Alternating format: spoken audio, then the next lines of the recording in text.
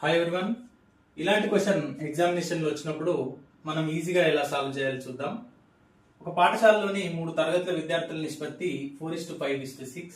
ఒక్కో తరగతిలో 60 మంది విద్యార్థులు చేరిన ఆ నిష్పత్తి 6:7:8 గా మారును.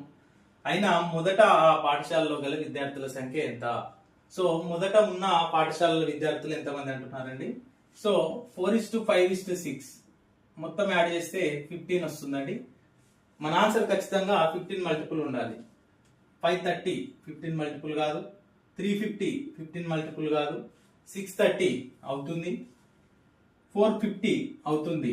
సో నెక్స్ట్ ఏమన్నాడు? ఒక్కో పాఠశాలలో 60 మంది విద్యార్థులు చేరింది అన్నాడండి. మొత్తం 3 తరగతులు కాబట్టి 180 మెంబర్స్ యాడ్ అవుతారు. సో ఈ 6:7:8 మనం యాడ్ చేస్తే 21 అవుతుందండి.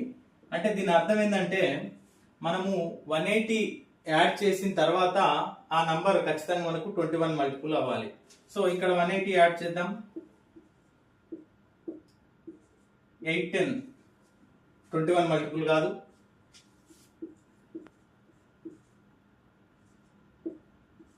630 ఇది 21 3 టైమ్స్ లో వెళ్తుందండి, 30 టైమ్స్. సో ఇదే మన ఆన్సర్.